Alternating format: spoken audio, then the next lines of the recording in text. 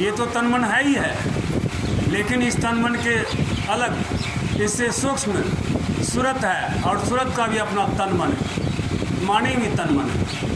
वही यहाँ पर कहते हैं सूरत तन मन से सांच रहे रसपीति। सांच कहते हैं सच्चा शब्द, वह सच्चा प्रभु परमात्मा जो है, सत शब्द जो है उसको जो पीता है रसपीति। कोई जावे सज्जन कुफुर काल को जीती। जो इस रस को पीते हुए चलता है वह कुफुर माने होता है मजबूत काल। काल तो काल ही होता है, लेकिन वह कुफुर काल है, वह मजबूत काल है, को जीत लेता है। महाकाल को भी वह जीत लेता है। एक बार मैं लुधियाने में था, अपने ध्यान भजन में मग्न था। हमारे एक साथी वो वहाँ के अध्यक्ष थे, उन्होंने एक पत्र लिख करके भेजा, विजयदास आप गुरु के सीढ़ी से गिर गए। और इस माने से वो लिखा था, उसके सत्संग में मैं जब जाता था तो वहाँ जो वो मूर्ति या फोटो लगाता था उसको मैं प्रणाम नहीं करता था। पहले भी नहीं करता था, उस समय भी नहीं करता था, अभी भी नहीं करता हूँ। किसी फोटो के सामने मैं सर नहीं झुकाता, किसी मूर्ति के सामने मैं सर नहीं झुकाता, ये मेरी अपनी आदत है। इसीलिए उन्होंने लिख के भेजा था कि आप गुरु के सीढ़ी से गिर गए। और एक बाबा कबीर साहब के पंक्ति को लिखा था, गुरु सीढ़ी ते उतरे शब्द भी होना होए, ताको काल घसीटिए राख न सके कोई, राख सके ना कोई। नीचे अपना दस्तखत करके तारीख दे दिया। पत्रवाहक आया, मैं बैठा था, मुझे दिया और उन्होंने कहा कि ये पत्र पढ़ लीजिए और इसके बाद पत्र वापसी भी दीजिए जवाब में। मैं कहा दूसरा कागज़ कहाँ खोजूं? उसी के पीठ पर तो सादे था, उस पर भी मैंने लिख करके भेज दिया। वही सब कि गुरु सीढ़ी लय उतरे शब्द तो आगे होए, अब बाको काल न भेटिए राख विजय सरनोए। नीचे में दस्तखत करके तारीख दे के भेज दिया। आज तक, अब तो वो महात्मा बन गया है, आज तक वो आमने सामने बात नहीं।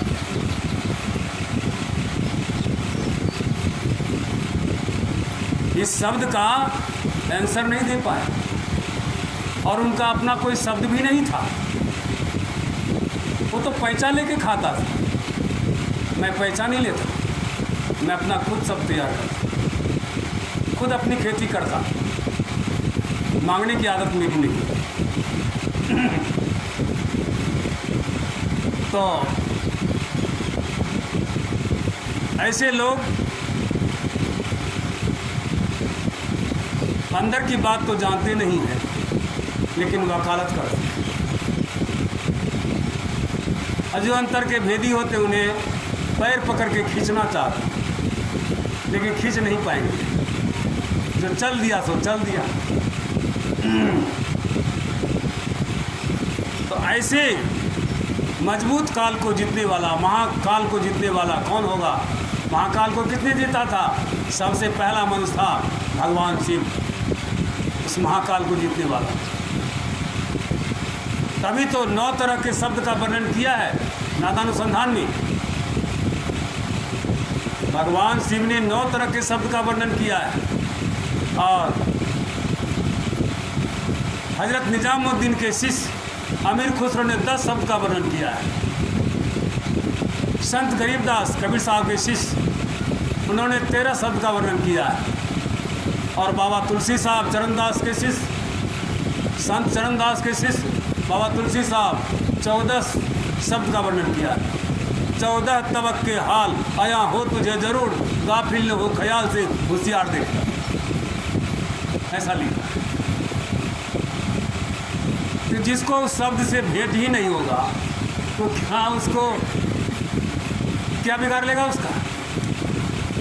वही यहाँ कहते ही कोई जावे सज्जन कुपुर काल को जीती, अमृत हरदम कर पान इस अमृत को, शब्द रूपी अमृत को हरदम पान कीजिए, हरदम पीजिए।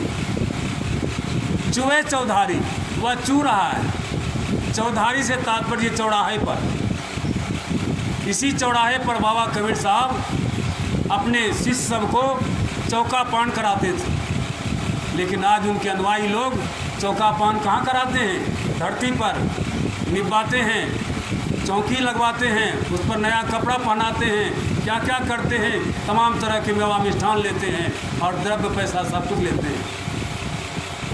ये सब स्थूल में आ गया। कुछ लोग पूर्ण माला का भी व्यवहार करते हैं, प्रसाद पैसा का भी व्यवहार करते हैं। ये सब उधर जाने में कुछ नहीं लगता है। अरे चिड़िया को सोने का सिकड़ी पहना दीजिए, चेक पहना दीजिए, तो एक को कदम उड़ेगा? नहीं उड़ पाएगा, धरफड़ा के गिर जाएगा, कूदेगा धरफड़ा गिर जाएगा। उसी तरह आप जीव सूरत है, सूरत में ये सब कुछ नहीं चाहिए। आपको अपने का बोध होना चाहिए, आपका अपने का ज्ञान होना चाहिए। यही समझाने बुझाने के लिए संत जाते हैं।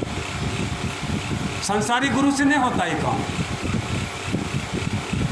तो वह चूहे चौधारी, वह चौराहे पर वह शब्द ऊपर से आ रहा है, चू रहा है, उसको पीता है साधक। इसको दूसरी तरह से समझिए। बाबा नानक देव के वचन में है, सदा सदा हरि केला जीव। दो शब्द है सदा। एक सदा का अर्थ है शब्द, एक सदा का अर्थ है आदिकाल से। ये शब्द आदिकाल से चला आ रहा है। हरि, उसी का नाम लोग हरि कहते हैं। केला जीव, केला में होता खेल, आनंद, जीव करता है। जैसे कोई बच्चा बारिश होने लगता है, उस समय कपड़ा खोले अथवा नहीं भी खोले, माँ बाप उसे रोकता है, सर्दी होगा, बुखार लगेगा, लेकिन वह बच्चा नहीं मानता है, चला जाता है, खूब उछल उछल के नहाता है वर्षा में। और जब वर्षा छूट जाता तब क्यों नहाता है? वर्षा की बूंद जो उसके देह से टकराता है, उसको एक गुदगुदी का अनुभव होता है, आनंद का अनुभव होता है। और जब वर्षा बंद हो जाता तब गोलती में जाके नहाता है, गोलती में पानी गिरते रहता है। और किन्हीं किन्हीं को मकान में जो पाइप लगा होता है तो उससे ज़्यादा पानी गिरता है, वहाँ जाकर नहाता है। माँ बाप कहता है बुखार लग जाएगा, बीमार पड़ जाएगा, नहीं नहाओ, लेकिन जीव नहीं मानता, बच्चा नहीं मानता है। ठीक उसी तरह से यह बच्चा परमात्मा मान के चलिए, एक तरह से भीष्म पितामह, अजीब मान के चलिए भीम।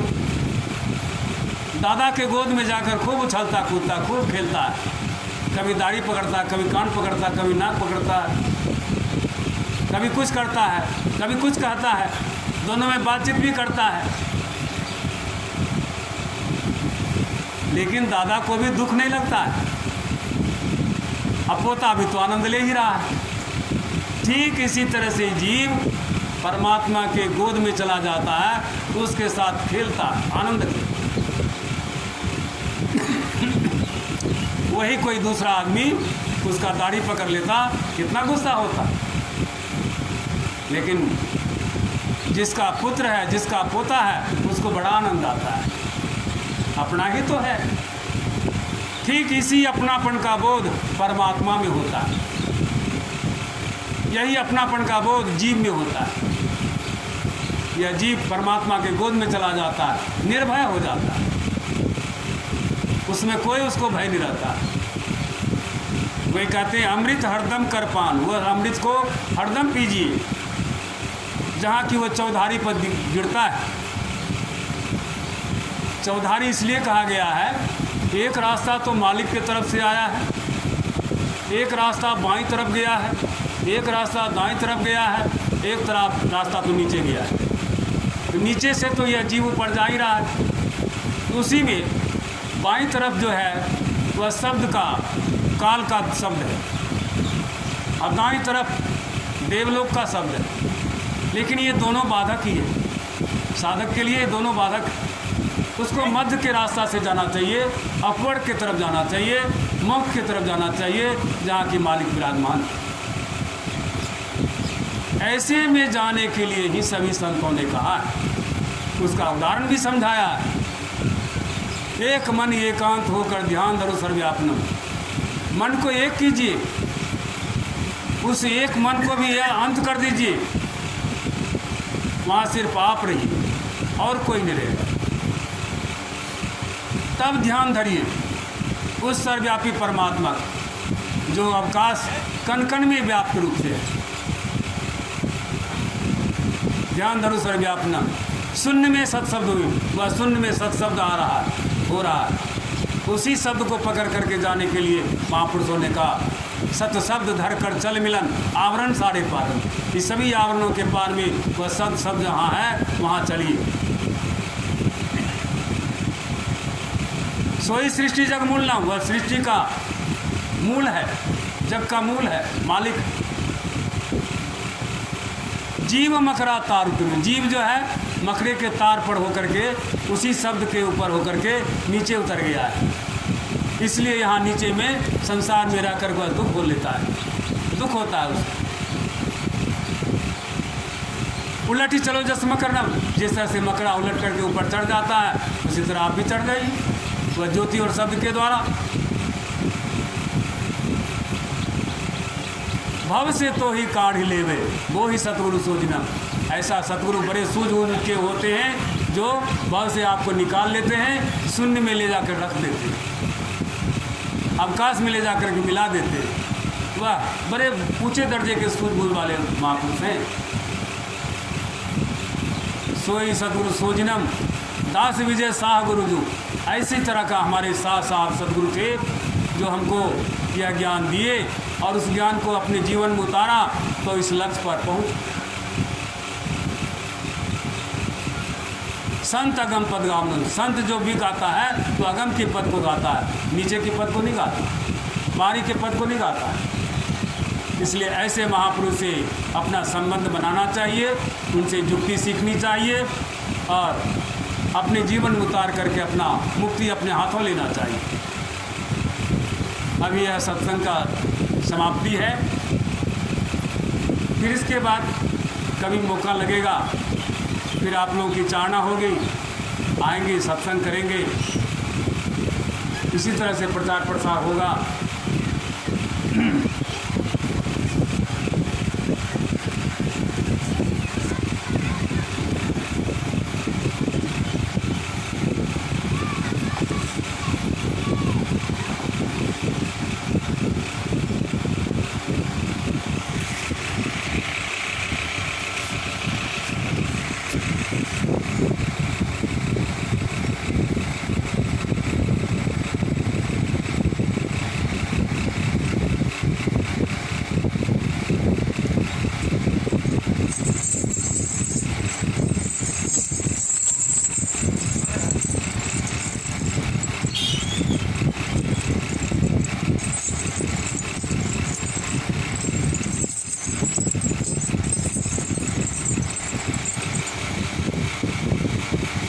नौकर संग नाही करिय मिताई, नौकर संग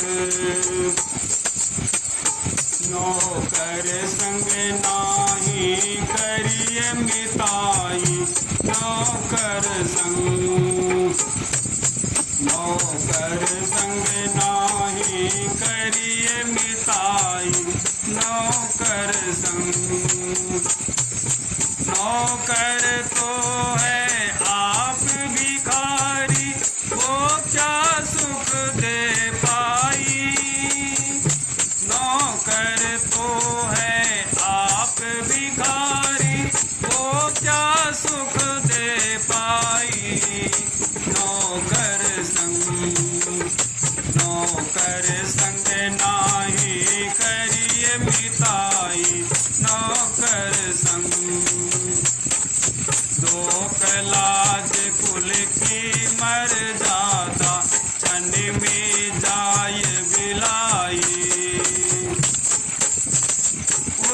जागी चलो हे रानी, साहसु करो सगाई। लोक लाज कुल की मर्यादा, धन में जाय विलाई। उठ जागी चलो हे रानी, साहसु करो सगाई। नौकर संग नाही करिए मिताई। नौकर संग नाही करिए मिताई। नौकर संग सत्संग जाय खोज गुरु पूरा।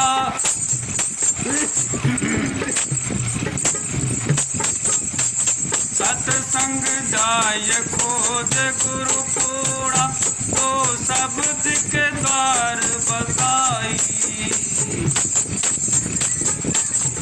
सत्य नाम सो तारी लागे, भव बंधन झरि जाई। सत्संग जाय खोज गुरु पूरा, तो सब दिक द्वार बताई। सत्य नाम सो तारे लागे, अब बंधन झरि जाए। नौकर संग नाही करिए मिताई। नौकर संग नाही करिए मिताई। नौकर संग आदि अनादि सार भक्ति है, सतगुरु ज्ञान सिखाई। काशी विजय हो साह की शरण, अचल अमर घर जाए। आदि अनादि सार भक्ति है, सतगुरु ज्ञान सिखाई।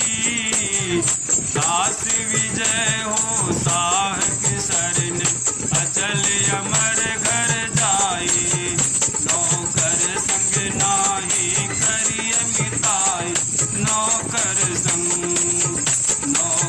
संग नाही करिए मिताई। नौकर संग नौकर तो है आप भिखारी, वो क्या सुख दे पाई। नौकर तो है आप भिखारी, वो क्या सुख दे पाई। नौकर संग नाही करिए मिताई। नौकर संग नाही करिए मिताई। नौकर संग गुरु साहब की आरती कीजय, संत हृदय सु आसन दीजय। जागट ज्योति झकास करे, पूरे गुरु दर जाय परिजय।